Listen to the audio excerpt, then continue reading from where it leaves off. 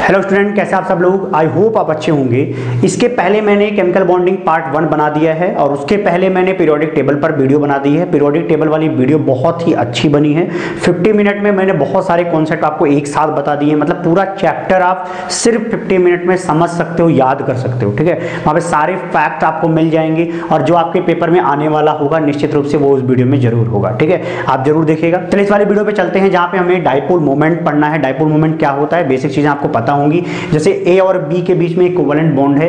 अगर मान लो बी क्या है, मोर इलेक्ट्रोनेगेटिव नेचर का है, तो अपने ऊपर वो क्या बनाना चाहता है, नेगेटिव चार्ज। तो ये नेगेटिव चार्ज कैसे बनता है, जब ये इलेक्ट्रॉन को अपनी तरफ खींचता है तो ये इलेक्ट्रॉन कहाँ आ जाते हैं, थोड़ा सा बी के साइड आ जाता है, इसलिए उस पर नेगेटिव चार्ज आता है और इसका इलेक्ट्रॉन दूर चला जाता है, इसलिए इस पर पॉजिटिव चार्ज आ जाता है। ठीक है, तो इस वजह से यहाँ पे क्या आ गया, पार्शियल पॉजिटिव नेगेटिव इस तरीके से बन जाता है, चार्जेस बन जाते हैं। इन्हीं दो चार्जेस को ही हम डाइपोल्स बोलते हैं। दो पोल हो रहा है यहाँ पर, एक पॉजिटिव पोल एक नेगेटिव पोल। यहाँ पर ए और बी पर जो ये पॉजिटिव एंड नेगेटिव चार्ज दिख रहा है, इसकी क्वांटिटी को समझाने के लिए या उसको क्वांटिफाई करने के लिए हम जो चीज यूज करते हैं, जो टर्म यूज करते हैं, उसको बोलते हैं डाइपोल मोमेंट। तो dipole moment mu is equal to Q into L. L क्या है, इनके बीच की डिस्टेंस है। ठीक है, जहां पर आप जनरली क्या लोगे, बॉन्ड लेंथ लोगे। ठीक है, लेकिन अगर मॉलिक्यूल में हमारे पास दो डाइपोल मोमेंट के डायरेक्शन हो तो हम किस तरीके से रिजल्टेंट डाइपोल निकालेंगे, उसके बारे में हमने यहाँ पे लिखा हुआ है कि एक म्यू1 है, एक म्यू2 है और एक थीटा है। तो इस तरीके से इसका जो रिजल्टेंट आएगा वो क्या आएगा, अंडर रूट म्यू1 स्क्वायर म्यू2 स्क्वायर प्लस 2 म्यू1 म्यू2 कॉस थीटा। ठीक है, इसको आप जानते होंगे, ये बहुत ही आसान सी बात है। ठीक है,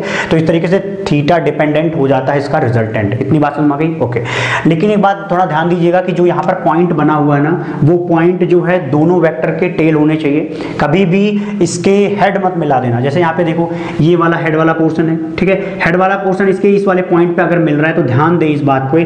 तब उस समय क्या करना है, क्योंकि हमें क्या करना है, टेल मिलाना पड़ता है, इस वजह से इस लाइन को थोड़ा सा आगे बढ़ाएं। आगे बढ़ाने के बाद ध्यान से देखें तो ये वाला पार्ट जो दिख रहा है ना, ये थीटा एक्चुअली ये वाला थीटा नहीं रह गया। क्यों, क्योंकि जो ये वाला थीटा है ना, जो यहाँ पे थीटा लिखा गया है, वो थीटा ऐसा वाला थीटा है जहां पर दो टेल एक दूसरे के साथ ऐसे मिलते हैं। लेकिन आपने क्या किया, इसकी खोपड़ी इसके टेल से मिला दी। ये काम ठीक नहीं है, तो क्या करना है, इसको सीधी मिला दो। ठीक, तो जो ये वाला थीटा है ना, ये थीटा डैश, ये जो आप थीटा डैश देख रहे हो, तो ये वाला थीटा आप हटा दो। ये वाला थीटा कोई काम का नहीं रहा। आपकी जो ये थीटा डैश दिख रहा है, यही वाला थीटा डैश आपको यहाँ पे फॉर्मूले में पुट करना है। क्यों, क्योंकि इस वाले स्ट्रक्चर में देखो, इस वाले डैश वाले स्ट्रक्चर में यहाँ पर टेल से टेल मैच कर रहा है। ठीक, कितनी बात समझ में आ गई होगी। ओके, अब आते हैं थोड़ा सा पढ़ते हैं बेसिक के बारे में। बेसिक से हम एडवांस तक इसमें पढ़ाएंगे, आप निश्चिंत रहें। छोटी छोटी बातें पहले सीख लें, इसके बाद हम आते हैं थोड़ा एडवांस वाले पॉइंट पे। ठीक है, बोला जाता है कि जो सिमेट्रिकल मॉलिक्यूल्स होते हैं उनके डाइपोल मोमेंट म्यू क्या होते हैं, जीरो होते हैं। वहां पे कोई डाइपोल मोमेंट नहीं होता। जैसे एक सिमेट्रिकल मॉलिक्यूल है क्या, CO2, जहां पे आप देख रहे हो कार्बन के इधर भी ऑक्सीजन इधर भी ऑक्सीजन है। तो अगर मैं कार्बन को एक पॉइंट मान लूं और ऑक्सीजन अपनी तरफ क्या करेगा, बोलो, इलेक्ट्रॉन खींचेगा। क्या करेगा, इलेक्ट्रॉन खींचेगा, क्योंकि वो क्या है, ज्यादा इलेक्ट्रोनेगेटिव, तो उसके पीछे ये वाला भी ऑक्सीजन खींचेगा। अगर आप यहाँ पे डाइपोल मोमेंट देखें तो जो डाइपोल मोमेंट इस वाले बॉन्ड में आएगा, वही वाला डाइपोल मोमेंट इस वाले बॉन्ड में आएगा, क्योंकि उतना ही पार्शियल पॉजिटिव चार्ज आएगा, उतनी ही लेंथ होगी। इस वजह से ये भी म्यू होगा और ये भी म्यू होगा। लेकिन वो क्या है, एक दूसरे के एंटी साइड में है, वो क्या करेंगे, नेग्लेक्ट हो जाएंगे, नलीफाइड हो जाएंगे। क्यों, यहाँ पे थीटा कितना आ रहा है, तो आप बोलोगे 180 डिग्री आ रहा है। ठीक है, आप यहाँ पे रख के चेक कर लेना, आपको समझ में आ जाएगा। क्या हो जाएगा, कैंसिल हो जाएगा, जीरो आ जाएगा। इस वजह से हम कहते हैं कि जब सिमेट्रिकल मॉलिक्यूल होगा तो क्या बोला जाएगा कि उसका डाइपोल मोमेंट जीरो है। इसी को उल्टा भी कह सकते हैं, जिस मॉलिक्यूल का डाइपोल मोमेंट थोड़ा जीरो दिखे, वो थोड़ा बताता है कि जो मॉलिक्यूल है वो कैसा है, सिमेट्रिकल है, वो अनसिमेट्रिकल नहीं है। पढ़ने से पहले मैं आपको एक चीज बता देता हूं, ये जैसे लीनियर है ना, तो लीनियर के जितने भी एग्जांपल हैं इस तरीके वाले, वो सब एक जैसे बिहेव करेंगे। जैसे मैंने यहाँ पे 3 लिख रखा है, जैसे BeCl2, HgCl2 और CS2। ठीक है, इन तीनों के भी डाइपोल मोमेंट क्या आएंगे, इसकी तरह डाइपोल मोमेंट जीरो आएंगे। तो इसका भी डाइपोल मोमेंट जीरो और इनका भी डाइपोल मोमेंट जीरो ही आएगा। ठीक है, ओके, अब आगे आते हैं। जैसे BF3 लिखा हुआ है, BF3 क्या है, एक ट्रायगोनल प्लेनर है मॉलिक्यूल है। ट्रायगोनल प्लेनर मॉलिक्यूल को आप ऐसे बनाइए, देखिए बोरॉन को हमने ये पॉइंट बना दिया, यहाँ पे फ्लोरीन था फ्लोरीन था फ्लोरीन था, तो एटम से अपन को कोई लेना देना नहीं है। ठीक है, अपन को क्वांटिटी देखनी है। तो क्वांटिटी जो बॉन्ड यहाँ पे प्रेजेंट है, वही बॉन्ड यहाँ पे भी है, वही बॉन्ड यहाँ पे भी है। इसका मतलब क्या है कि यहाँ पर भी म्यू आएगा, यहाँ पर भी म्यू आएगा और यहाँ पर भी म्यू आएगा, क्योंकि बॉन्ड सेम है, एटम सेम है, तो क्या होगा, डाइपोल मोमेंट भी सेम आएगा। फिर क्या करेंगे, इसके बीच में ध्यान से देखिएगा, इनके बीच में थीटा इक्वल टू कितना है, 120 डिग्री है। ठीक, तो इसका रिजल्टेंट क्या आएगा, इसके जस्ट पीछे आएगा, इसके जस्ट पीछे, इस वाली लाइन के जस्ट पीछे आएगा। जब आप थीटा इक्वल टू 120 यहाँ रख लीजिए, म्यू1 की जगह पे म्यू रख दीजिए, म्यू2 की जगह पे भी म्यू रख दीजिए, तो जो म्यू आर आएगा वो एक्चुअली म्यू आएगा। आप कैलकुलेट कर लेना। तो जो म्यू देखिए ये वो नीचे की तरफ लग रहा है और ये ऊपर की तरफ लग रहा है, इसका मतलब यहाँ पे भी कैंसिल हो जाएगा। तो यहाँ पर भी रिजल्टेंट क्या आएगा, म्यू आर रिजल्टेंट, पूरे मॉलिक्यूल का 0 आएगा। जो ये म्यू आर लिखा है ये म्यू आर डैश कर लेते हैं क्योंकि ये सिर्फ इतने वाले पार्ट का है, ठीक है। तो आप ऐसे बोलो इन दोनों का आप एक रिजल्टेंट निकालेंगे तो कितना आएगा, उतना ही आएगा जितना कि इस बॉन्ड का रिजल्टेंट होगा। इस वजह से क्या हो जाएगा, यहाँ पे ओवरऑल डाइपोल मोमेंट 0 हो जाएगा, ठीक। तो जैसे आपने BF3 पढ़ा उसी तरह से आप SO3 भी देख सकते हो। SO3 का स्ट्रक्चर कैसा होता है बोलो, S डबल बॉन्ड O और डबल बॉन्ड O, वो भी यही ट्रायंगल वाले फिगर में आ गया, ठीक है। इसी तरीके का है, वहां पे भी आप ऐसी लाइन बनाओगे ऊपर नीचे इधर, तो ये भी कैंसिल हो जाएगा। तो यहाँ पे भी डाइपोल मोमेंट क्या आएगा, 0 आएगा। CH4 देखिए, CH4 एक सिमेट्रिकल मॉलिक्यूल है। कार्बन के किनारे क्या है, चारों सेम लोग लगे हुए हैं, हाइड्रोजन ही तो है सबकी जगह, ठीक है। वो टेट्राहेड्रल फिगर में है। यहाँ पे भी सब कुछ मिला करके 2 का रिजल्टेंट निकालिए, इसका रिजल्टेंट निकालिए, एक दूसरे के साथ कैंसिल आउट हो जाएंगे। इस वजह से यहाँ पे भी डाइपोल मोमेंट 0 आएगा, ठीक। उसी तरीके से CF4 का भी निकाल लो, सब जगह फ्लोरीन कर दो, ठीक है, तब भी 0 आएगा। CCl4 करोगे तब भी 0 आएगा क्योंकि सिमेट्रिकल मॉलिक्यूल है, सीधा समझ में आ रहा है, ठीक है। लेकिन NH3 और H2O को थोड़ा ध्यान से देखो। NH3 और H2O, NH3 में क्या है, एक लोन पेयर है और हाइड्रोजन बना लीजिए इस साइड से, ठीक है। तो ये समझ में आ रही बात। फिर H2O कर लीजिए, चलिए यहाँ पे H2O लिख देता हूँ मैं, H2O, ठीक है। ये देखिए H2O में क्या होगा, लोन पेयर होगा, यहाँ पे भी लोन पेयर है, यहाँ पे भी लोन पेयर है, ठीक है। इतनी बात समझ में आ रही है। देखो क्या यहाँ पे 0 होने का कोई चांस है, जवाब है नहीं। क्यों, क्योंकि पहली बात तो पूरी तरह से सिमेट्रिकल मॉलिक्यूल ही नहीं है, क्योंकि यहाँ पे 4 चीजें लगनी चाहिए थी। अगर एक चीज यहाँ पे लग जाती, जैसे मान लो NH4+, क्या NH4+, ठीक है। तो ये भी एक एग्जांपल हो सकता है। NH4+ आपसे कोई पूछे क्या इसमें डाइपोल मोमेंट दिख रहा है बॉन्ड के अंदर, बॉन्ड के अंदर क्या दिख रहा है, बोरोन नहीं, ठीक है। क्योंकि यहाँ पे कैसा आ रहा है, टेट्राहेड्रल फिगर आ रहा है, sp3 आ रहा है। इस वजह से हम बोलेंगे कि नहीं आएगा, यहाँ पे सब कुछ कैंसिल हो जाएगा क्योंकि ये भी ऐसा ही बिहेव करता है, ठीक है। ओके, यहाँ पे ये हो जाएगा। अब आइए NH3 पे। NH3 में कैसे देखते हैं, देखो जो लोन पेयर होता है, लोन पेयर हमेशा क्या होता है, एटम से दूर की तरफ अपना क्या करता है, डाइपोल मोमेंट क्रिएट करता है। तो डाइपोल मोमेंट इसका इधर जाएगा और इसका भी डाइपोल मोमेंट किधर जाएगा, इधर जाएगा। इसका भी डाइपोल मोमेंट ऊपर नाइट्रोजन की तरफ। क्यों जा रहा है नाइट्रोजन की तरफ, नाइट्रोजन ज्यादा इलेक्ट्रोनेगेटिव है। इसका मतलब क्या हो रहा है, हर तरफ से डाइपोल मोमेंट आ रहा है और ऊपर वाले डाइपोल मोमेंट को हेल्प करेगा। तो इन तीनों का जो रिजल्टेंट होगा वो ऊपर की तरफ होगा, लोन पेयर वाला भी। तो यहाँ पे कुछ रिजल्टेंट तो बनेगा ही बनेगा, ठीक है। उसी तरह से यहाँ पे भी कुछ एंगल आएंगे, ठीक है। इसका आप इधर बना लो, इसका आप इधर बना लो, इसका आप इधर बना लो, इसका आप इधर बना लो, तब भी कुछ ना कुछ तो रिजल्टेंट आएगा ही, ठीक है। यहाँ पे कैंसिल नहीं होगा। तो इसका मतलब क्या है कि यहाँ पर डाइपोल मोमेंट 0 नहीं होगा। उसी तरह से अगला है CCl3F। मेरे भाई अगर मैं क्या करूँ, क्लोरीन लगा दूँ, कितने 3 क्लोरीन लगा दो और एक क्या करो, फ्लोरीन लगा दो। तो यहाँ पे ये देखो बन गया। तो क्या ये डाइपोल मोमेंट 0 क्रिएट कर पाएंगे, जवाब है नहीं। मान लो 2 से जो भी रिजल्टेंट आएगा, जो भी रिजल्टेंट आएगा वो कभी कैंसिल नहीं हो सकता। CCl3 फ्लोरीन में आपका ये स्ट्रक्चर बनेगा। आप यहाँ पे निकालो, देखो सिमेट्रिकल तो है नहीं। अगर सिमेट्रिकल नहीं है तो इसका मतलब क्या है कि वहाँ पे डाइपोल मोमेंट 0 नहीं आएगा, सिंपली बोल सकते हैं, ठीक है। इतनी बात समझ में आ गई होगी। ओके, अब इन सबका नेचर एक जैसा है, SnCl2, PbCl2 और SO2। स्ट्रक्चर बना के देखो कैसा बनेगा, SnCl एक लोन पेयर होता है ना, Pb में भी सेम कहानी है, वही बनेगा, ठीक है। इसमें भी खाली यहाँ Pb आ जाएगा। SO2 में क्या होगा, डबल बॉन्ड O और एक लोन पेयर रहेगा। तो लोन पेयर की एक अलग दुनिया है। बाकी देखो ये अपनी तरफ खींचेंगे, ये अपनी तरफ खींचेंगे, ये अपनी तरफ खींचेंगे और ये भाई सब ऊपर थोड़ा सा खींच रहे होंगे। तो यहाँ पे सिस्टम आपको समझ में आ रहा है ना कि यहाँ पे 0 होने का कोई चांस नहीं है। ये एंगल पर बना हुआ है तो ये कभी भी 0 हो ही नहीं सकता, क्योंकि भाई 0 होने के लिए कुछ ऐसा चाहिए, ठीक है। इसके जस्ट पीछे वाला चाहिए या कुछ ऐसा क्रिएट करो कि 2 का रिजल्टेंट 1 के बराबर आ जाए तो वो कैंसिल हो जाए। आई होप चीजें समझ में आई होंगी। यहाँ पे मैंने बहुत सारे एग्जांपल लिखे हैं, स्ट्रक्चर लिखे हैं, लेकिन पेपर में स्ट्रक्चर लिख के नहीं आता। आपको ऐसे दिया जाएगा कि XeF4, XeO4 इस तरीके से दिया जाएगा और बोला जाएगा बताइए इसमें डाइपोल मोमेंट किसका 0 है, या पूछ लिया जाएगा किसका 0 नहीं है, ठीक है। ऐसे क्वेश्चन आते हैं। चलिए देख लेते हैं। सबके स्ट्रक्चर मैंने इसलिए पहले बना दिए तो टाइम बचेगा आपका, ठीक है।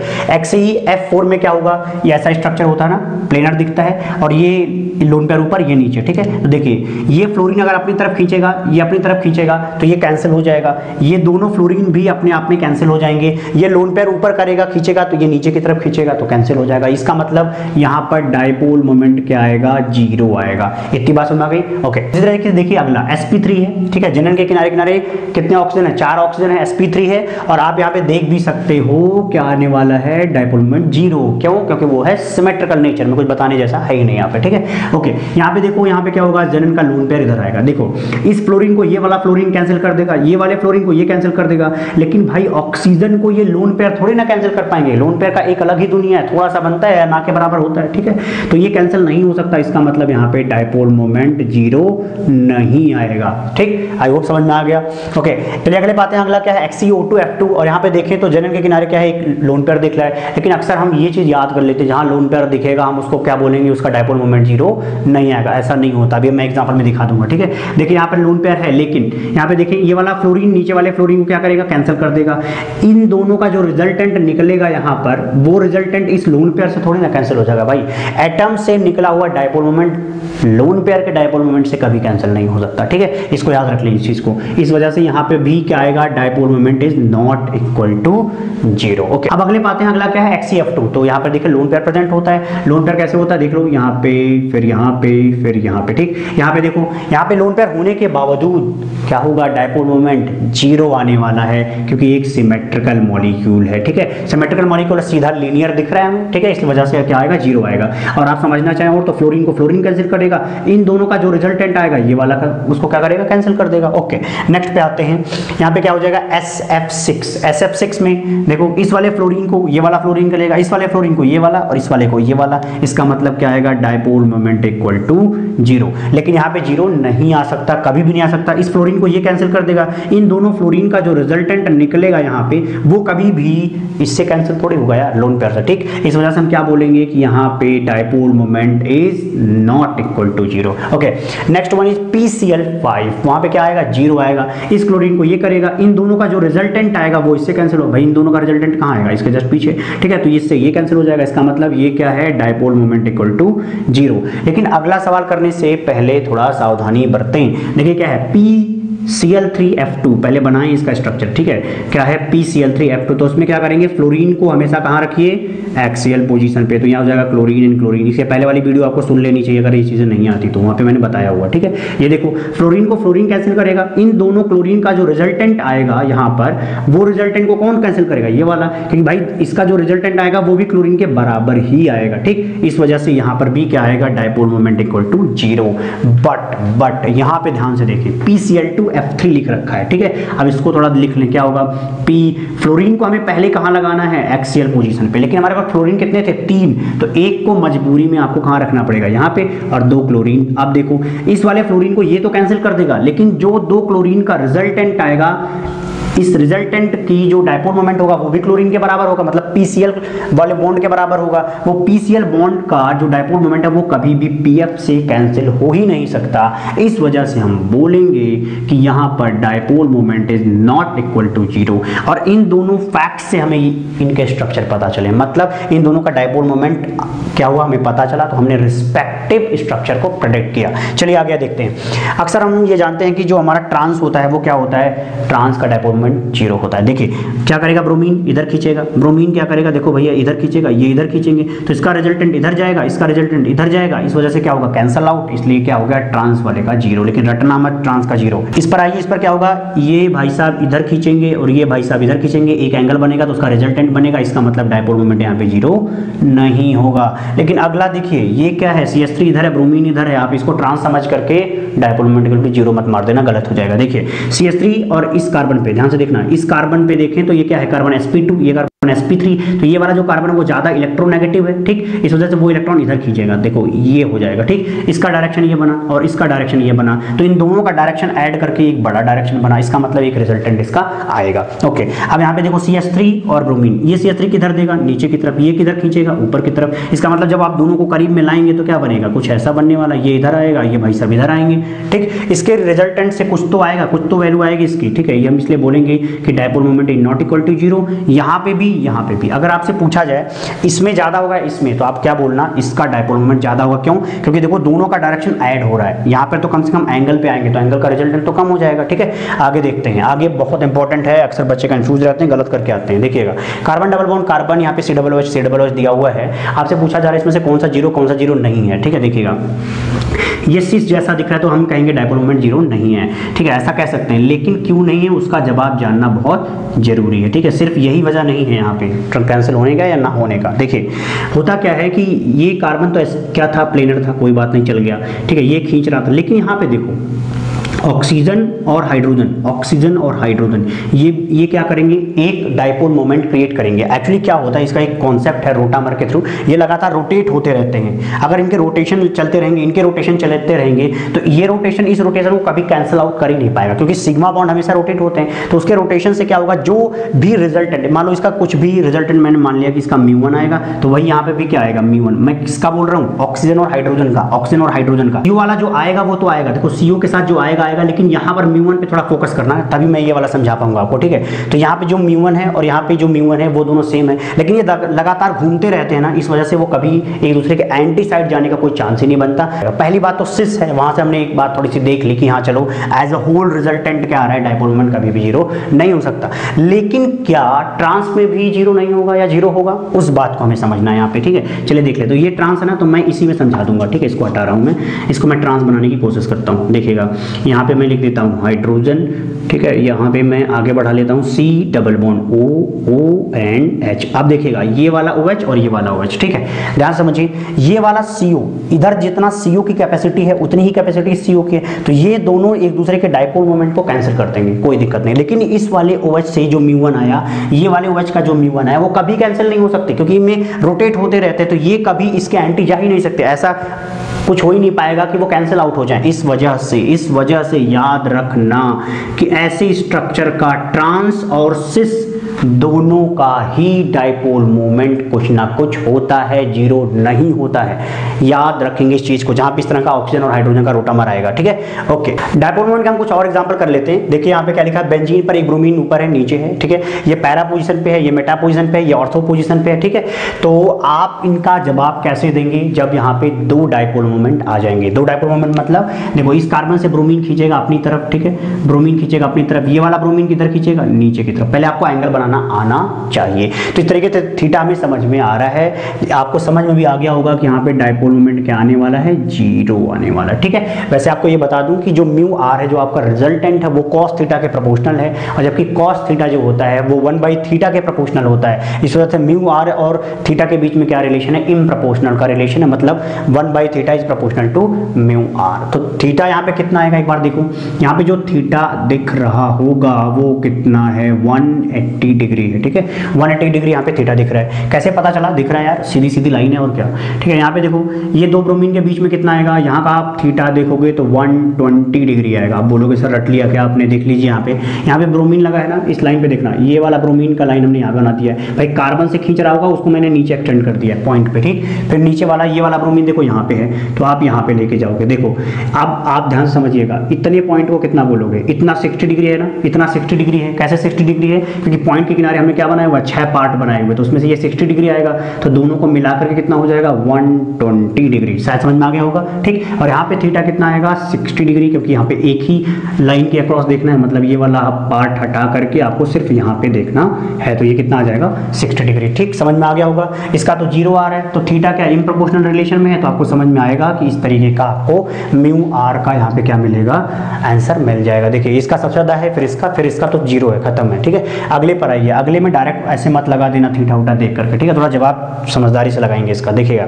ये CH3 है और ब्रोमीन, CH3 और ये कार्बन देखना कैसा है, ये कार्बन sp2 और ये sp3, इसका मतलब नीचे की तरफ खींचा जाएगा। ब्रोमीन भी किधर खींच रहा है, नीचे की तरफ, इसका मतलब थीटा इक्वल टू कितना आ रहा है, 0 डिग्री आ रहा है, ठीक है। देखो नीचे की तरफ जा रहा है, ठीक है, थीटा इक्वल टू 0 डिग्री। लेकिन यहाँ पर एक बार देखो कैसे आएगा, यहाँ पे कैसे समझोगे इस चीज को, आप यहाँ पे समझ लें, मैं पॉइंट में इसमें बता दे रहा हूँ। आप देखो CH3 क्या करेगा, CH3 का तो भैया फिक्स है, CH3 किधर जाएगा, नीचे की तरफ, ठीक है। तो उसकी ये लाइन है, तो उसका जो खोपड़ी है वो नीचे की तरफ जा रही है, पूंछ जो पीछे की तरफ है। ब्रोमीन में देखना क्या होगा, जब ये आप नीचे लेके आओगे, इसको नीचे लेके आओगे, इसको नीचे लेके आओगे, तो इसका क्या बनाओगे, ऐसा डायरेक्शन बनाओगे, ठीक। फिर ब्रोमीन का बनाओ, ब्रोमीन यहाँ पे प्रेजेंट था, ठीक है, तो ब्रोमीन का अगर आप बनाएंगे तो कहाँ जाएगा, ऐसे इस साइड जाएगा, तो ये हो गया ब्रोमीन का, ठीक है, ये हो गया ब्रोमीन का, और ये हो गया आपके CH3 का, तो ये CH3 का और ब्रोमीन का, ठीक। आप बताओ एग्जैक्टली थीटा कौन सा है इसमें से, ठीक है। तो आप इसको कभी मत बोल देना ये थीटा नहीं है। अब ये देखने में लग रहा होगा आपको कि ये वाला एंगल यहाँ भी थीटा इज इक्वल टू कितना बोलना चाहिए, 120 डिग्री। ये थीटा वो नहीं हो सकता जो आपको फॉर्मूले में रखना है, mu R is equal to something जो आपने पढ़ा अंडर रूट, ठीक है।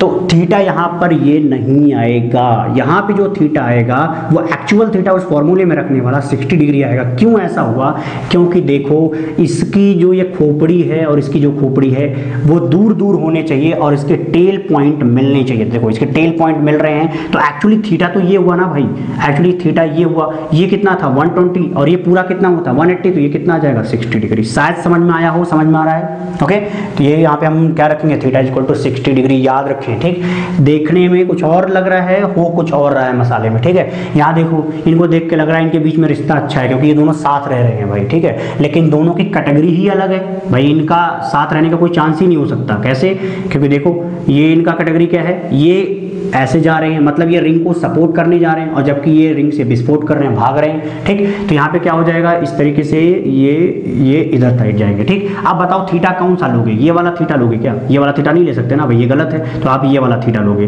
तो ये वाला थीटा कितना है 120 डिग्री। आई होप चीजें समझ में आ रही होंगी। ठीक है भाई, ये देखने में लग रहा है कि पास पास हैं, यहाँ पे पास पास नहीं है। ठीक है, इनका रिश्ता इसलिए अच्छा नहीं क्योंकि दोनों का रिलेशन अलग अलग है, इनका करेक्टर अलग है, इनका करेक्टर अलग है। यहाँ पे देखो जो दिख रहे हैं वही है क्योंकि दोनों ही ब्रोमीन है, दोनों ही एक जैसे लोग हैं, तो उनका रिश्ता चलेगा। ठीक है, तो यहाँ पे जो चल रहा है वो चलेगा। ठीक है, बात समझ में आ रही है जो मैं क्या कहना चाह रहा हूँ कि थीटा आप कैसे निकालोगे। तो यहाँ पे एग्जैक्ट जो थीटा आना चाहिए वो क्या आएगा 120। ठीक है, ये वो थीटा है जो आपको फॉर्मूले में रखना है। तो आप देख लो ये 0 है, 60 है, 120 है, तो आप बोलते हो ना उल्टा रिलेशन होता है। देखो ये रहा, ये देखो इसका जस्ट उल्टा हो जाएगा। ठीक है, आई होप समझ गए होंगे। अगले पे आते हैं, अगला वाला बड़ा इंपॉर्टेंट है। यहाँ पे लिखा है बेंजीन CnCnNO2। आप कैसे देखोगे तो इनका थोड़ा समझने का तरीका देखो। देखो यहाँ पे क्लोरीन है ना, क्लोरीन कैसे खींचेगा पीछे की तरफ, ये खींचेगा इस तरफ। ठीक है, तो यहाँ पे क्या होगा कैंसिल, इसका मतलब dipole moment mu is equal to 0। ठीक, बाकी यहाँ पर किसका किसका 0 आएगा, यहाँ पे इसका भी आएगा, इसका भी आएगा। देखिए कैसे, Cn लिखा है ना, लेकिन C ट्रिपल बॉन्ड N लिखोगे क्योंकि Cn क्या होगा लीनियर होगा, तो ये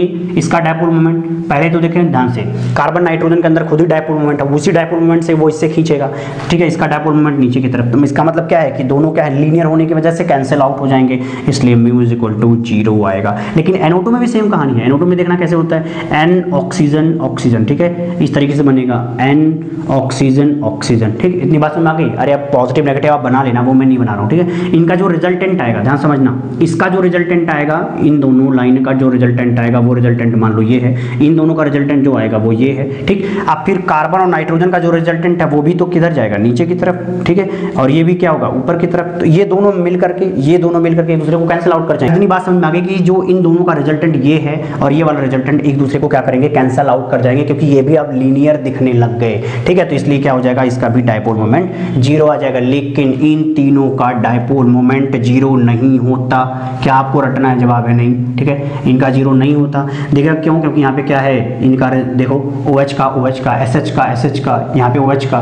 ठीक है, वो रोटामर की कहानी जो अपने आपको बताई थी अभी, ये तो जिंदा रहेंगे ना भाई। इनके बीच वाला तो आप किसी भी साइड रोटेट कर सकते हो। ठीक है, तो ये मान लो इधर खींच रहे हैं, ये मान लो इधर खींच रहे हैं, ये कभी कैंसिल कर ही नहीं सकते एक दूसरे को, ये भी नहीं कर सकते, ये भी नहीं कर सकते, ये भी नहीं कर सकते। तो याद रखना इस चीज को, OH SH और इस तरह से COOH मिल जाए तो वहाँ पे डायपोल मोमेंट 0 नहीं होते। और एक फेमस क्वेश्चन ये है कि NH3 और NF3 में डायपोल मोमेंट किसका ज्यादा होता है। चलिए देख लेते हैं। नाइट्रोजन और फ्लोरीन में देखना ध्यान से, ये नाइट्रोजन मान लो मैंने बना दिया। ठीक, और लोन पेयर अपना ऊपर की तरफ कुछ खींच रहा है थोड़ा सा हल्का सा। ठीक है, नाइट्रोजन और फ्लोरीन में ज्यादा इलेक्ट्रोनेगेटिव फ्लोरीन है, तो फ्लोरीन क्या करेगा बोलो, नीचे की तरफ खींचेगा। ठीक है, और ये नीचे की तरफ खींचेंगे और ये भाई साहब भी नीचे की तरफ खींचेंगे। मतलब तीनों फ्लोरीन नीचे की तरफ खींच रहे हैं और ये भाई साहब ऊपर खींच रहे हैं। इनकी औकात भी कम है, तीनों खींच रहे हैं। ये क्या हो रहा है, फैल रहा है। ठीक है, तो यहाँ पे डायपोल मोमेंट का रिजल्टेंट अच्छा नहीं आने वाला। लेकिन यहाँ पे देखो NH3 में देखना, नाइट्रोजन का ये पॉइंट है, ये लोन पेयर हो जाएगा। और हाइड्रोजन को अगर आप देखें तो हाइड्रोजन का तो यही खींच रहे हैं भाई साहब, देखो ये, फिर ये क्या हो जाएगा ये।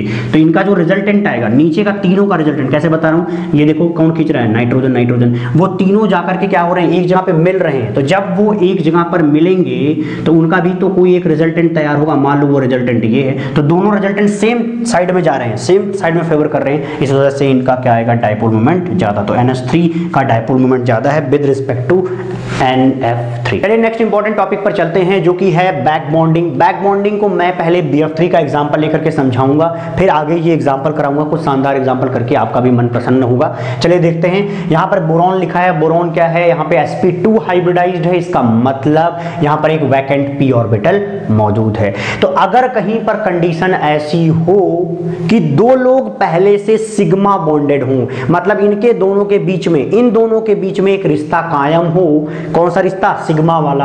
अगर ये रिश्ता कायम है और इसके बाद भी एक एटम के पास इलेक्ट्रॉन की कमी है और दूसरे एटम के पास इलेक्ट्रॉन ज्यादा है, तो जिसके पास ज्यादा है वो उस सामने वाले गरीब को डोनेट करेगा, लेकिन उसके लिए रिश्ता होना जरूरी है। अगर सिग्मा बॉन्ड नहीं है मौजूद तो बैक बॉन्डिंग नाम नहीं आएगा। ठीक है, मैं इसका भी एग्जांपल देकर के बताऊंगा आगे, लेकिन फिलहाल ये समझें कि अगर सिग्मा बॉन्ड मौजूद होगा तभी जो है बैक बॉन्डिंग नाम का कोई प्रोसेस क्रिएट होगा। देखिए, इनके बीच में पहले सिग्मा मौजूद था, कोई दिक्कत की बात नहीं। फिर हमने देखा कि जो बोरॉन है इसके पास p ऑर्बिटल है, तो उस p ऑर्बिटल में ये फ्लोरीन अपने इलेक्ट्रॉन को क्या करता है, सपोर्ट करता है। तो किस में देने की कोशिश कर रहा है, बोरॉन में देने की कोशिश कर रहा है। क्या ये फ्लोरीन हमेशा के लिए बोरॉन को इलेक्ट्रॉन दे देगा, जवाब है नहीं।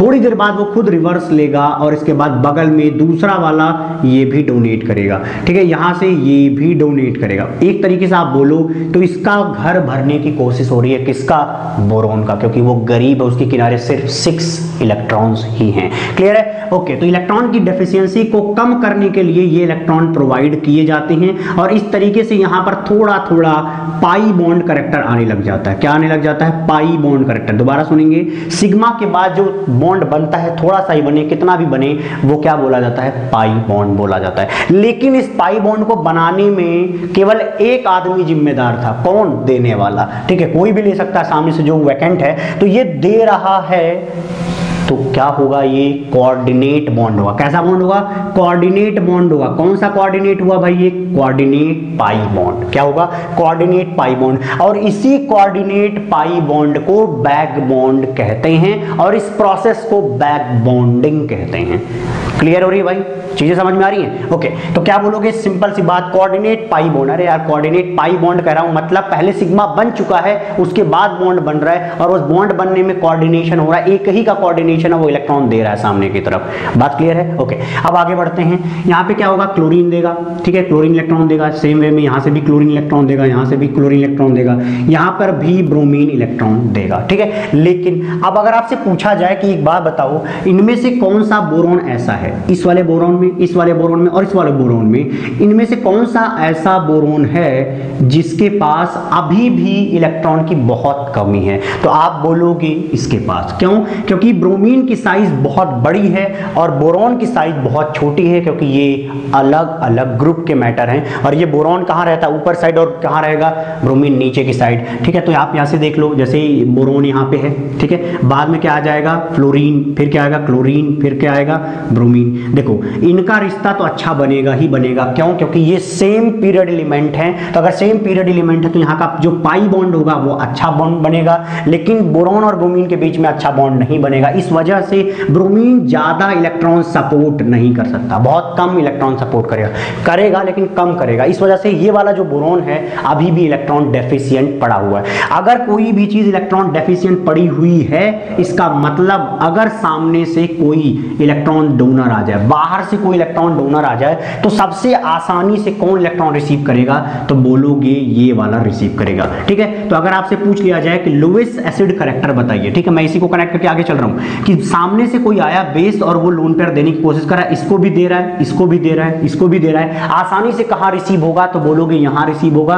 पूछूं क्यों, तो जवाब दो, क्योंकि ब्रोमीन ने सपोर्ट नहीं किया, इस वजह से उसको सामने दूसरे से जुड़ना पड़ गया। ठीक, तो लुईस एसिड कैरेक्टर में सबसे आगे कौन, BBr3, इसके बाद कौन, BCl3 और इसके बाद कौन, BF3। ये ऑर्डर हमने कैसे बनाया, क्या यूज करके बनाया, बैक बॉन्डिंग के कॉन्सेप्ट को यूज करके बनाया। अगर ये ऑर्डर एग्जिस्ट करता है इसका मतलब ये है कि हाँ, बैक बॉन्डिंग नाम की कोई चीज एग्जिस्ट करती है। चलिए एक दूसरे एग्जांपल की तरफ चलते हैं, जो कि लिखा है बॉन्ड लेंथ का ऑर्डर बताना था BF4 नेगेटिव एंड BF3 में। तो मैंने लिखा था जो B और F के बीच का बॉन्ड है वो बड़ा कहां पे होगा, BF4 नेगेटिव में। ये जवाब मैंने कैसे लिखा है, देखिएगा ध्यान से, जब आप BF4 नेगेटिव बनाओगे तो कुछ स्ट्रक्चर ऐसा बनेगा। देखो, बोरॉन के किनारे टोटल कितने इलेक्ट्रॉन हो जाएंगे, 8 इलेक्ट्रॉन, 2 2 4 2 6 2 8, 8 इलेक्ट्रॉन मौजूद है बोरॉन के किनारे। क्या बोरॉन को जरूरत है फ्लोरीन से लेने की, क्या यहां पर बैक बॉन्डिंग का कॉन्सेप्ट होगा? जवाब है नहीं। इसका मतलब इसके बीच में पाई बॉन्ड करेक्टर नहीं आएगा। लेकिन देखो BF3 में क्या आता है? पाई बॉन्ड करेक्टर आता है। अगर पाई बॉन्ड करेक्टर आएगा तो ये लेंथ क्या हो जाएगी? छोटी हो जाएगी, क्योंकि यहां पे बॉन्ड ऑर्डर बढ़ रहा है, इसलिए हमने लिखा है बॉन्ड लेंथ यहां पे छोटी है। जबकि BF4 नेगेटिव में जैसा शुरू में था वैसा ही पड़ा हुआ है, क्योंकि शॉर्ट होने का कोई चांस ही नहीं है, फ्लोरीन के इलेक्ट्रॉन देने का कोई चांस नहीं है, क्योंकि बोरोन का कोई ऑर्बिटल खाली नहीं है। आई होप चीजें क्लियर हो रही होंगी। तो यहां से भी हमें पता चल रहा है हाँ भाई, अगर ये ऑर्डर एग्जिस्ट करता है इसका मतलब बैक बॉन्डिंग नाम का कोई कॉन्सेप्ट है। अब अगले में आते हैं। अगला सवाल देखिएगा क्या है, ध्यान से समझिएगा।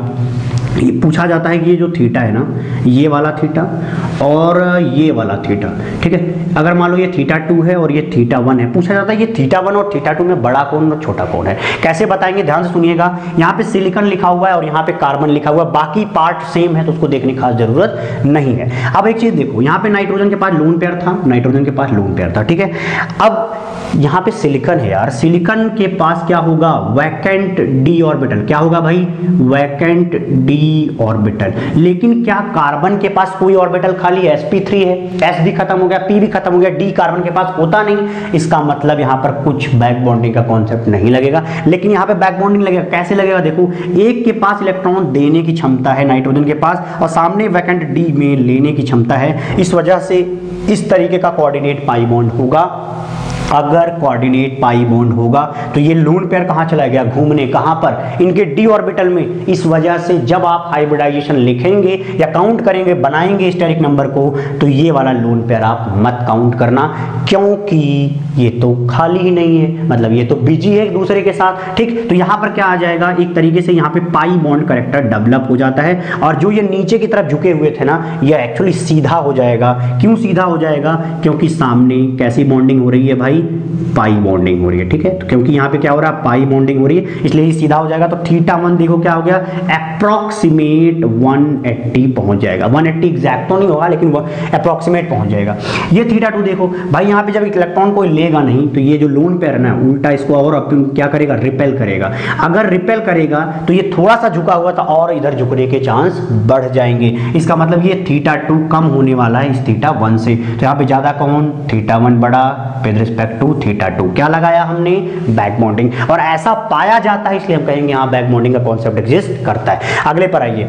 नाइट्रोजन के किनारे SiS3 और यहाँ पे नाइट्रोजन के किनारे CH3, यही सेम कहानी है। यहाँ पे क्या होगा? लोन पेयर डोनेट होगा। अगर डोनेट होगा तो क्या होगा? देखो यहाँ पे क्या बनेगा?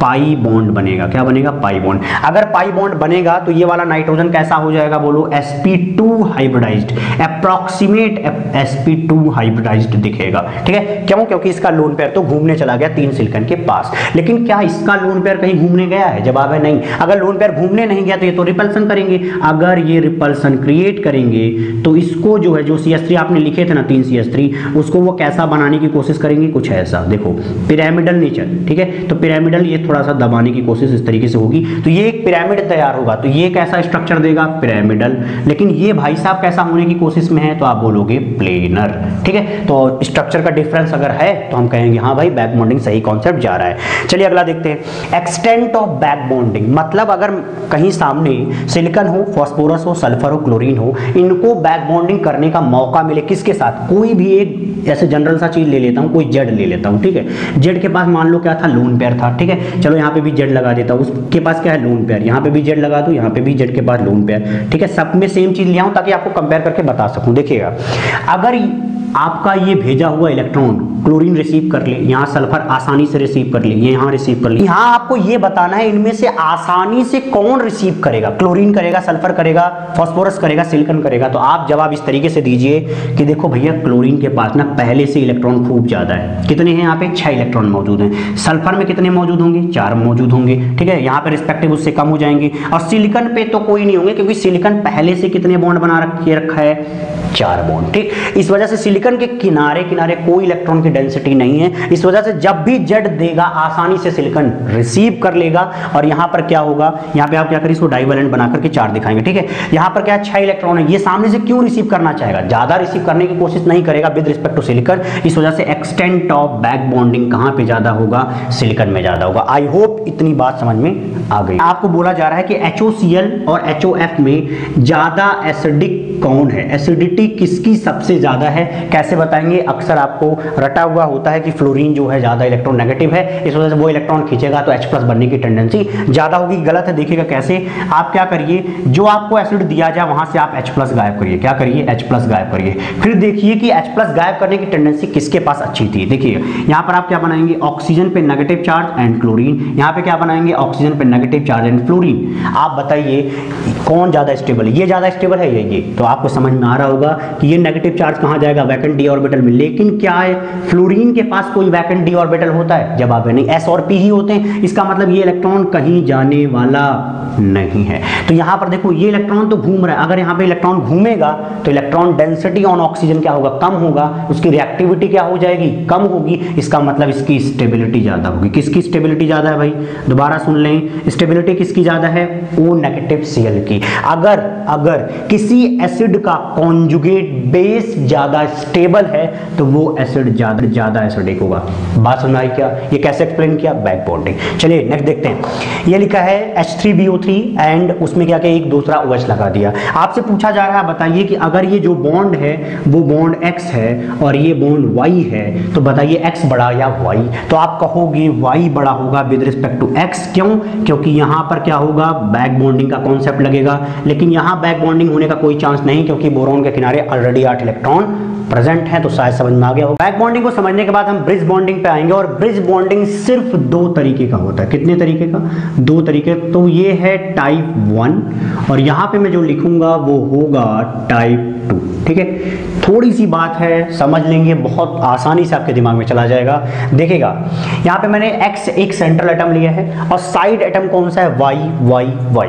X Y Y Y, ये 2 अलग मॉलिक्यूल थे और X की हालत ऐसी है कि उसके किनारे सिर्फ 6 इलेक्ट्रॉन्स थे। ठीक है, अगर 6 इलेक्ट्रॉन्स हैं इनके किनारे तो X का मन करेगा कि भैया मेरे 8 हो जाएं। ठीक है, ऐसी कोशिश करना चाहेगा कि भैया उसके 8 पूरे हो जाएं किसी तरीके से। ठीक है, तो X क्या करने वाला है, सामने वाले से क्या कहेगा, भैया हमारे साथ क्या करो, तुम जुड़ जाओ और जुड़ करके हमारा भी घर भर दो, हम तुम्हारा घर भर देते हैं। चलिए देख लेते हैं कैसे। अगर ये Y किससे कनेक्ट कर दिया जाए, X से, और ये वाला Y किससे कनेक्ट कर दिया जाए, इस वाले X से, तो क्या होगा, एक दूसरा रिलेशन बन गया। लेकिन ध्यान देना टाइप 1 में जो ये Y है वो Y के पास कोई लोन पेयर नहीं है। Y has no lone pair. ठीक है, तो टाइप 1 में Y के पास कोई लोन पेयर नहीं है। जैसे आप ले सकते हो Y क्या हो सकता है, हाइड्रोजन हो सकता है। ठीक है, या कार्बन हो सकता है जैसे CH3।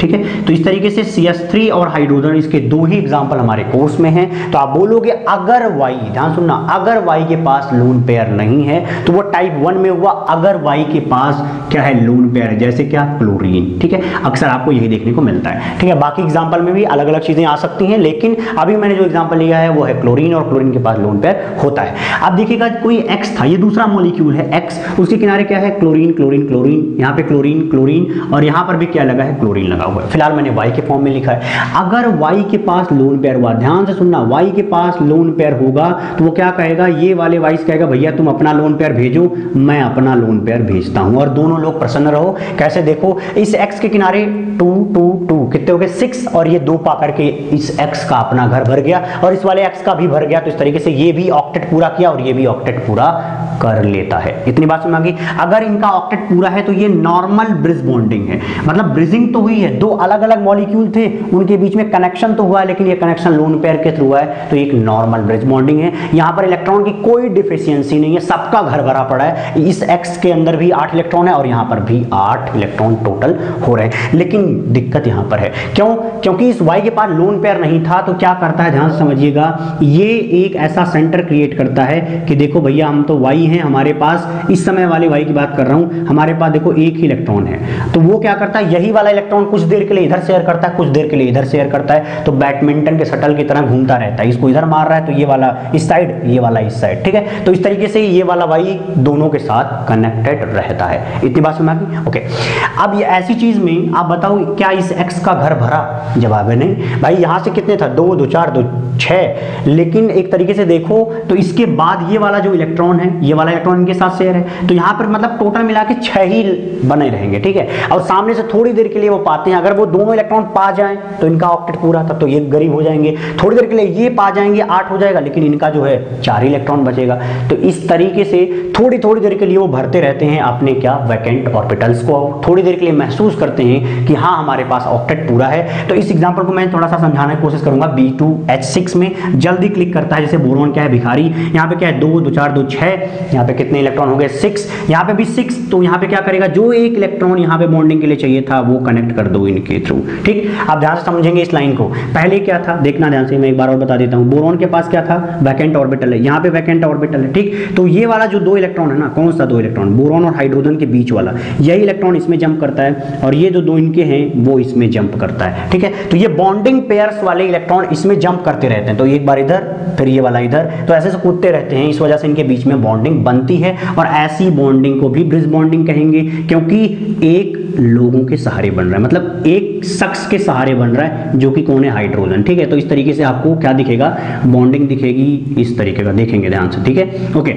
लेकिन यहाँ पर क्या इलेक्ट्रॉन डिफिशियंसी है, क्योंकि इनका ऑक्टेट तो पूरा हो ही नहीं रहा है, क्योंकि भाई 2 इलेक्ट्रॉन यहाँ पे था, थोड़ी देर के लिए आता है, तो इनका ऑक्टेट थोड़ी ना भर जाएगा, ठीक है। तुम यहाँ लाओगे तो ये इलेक्ट्रॉन डेफिशिएंट हो जाएंगे। तो कुल मिला के ये जो मॉलिक्यूल है ना B2H6, वो क्या होता है, इलेक्ट्रॉन डेफिशिएंट होता है, और इलेक्ट्रॉन डेफिशिएंट बॉन्डिंग करता है। इतनी बात समझ में आ रही होगी, ओके।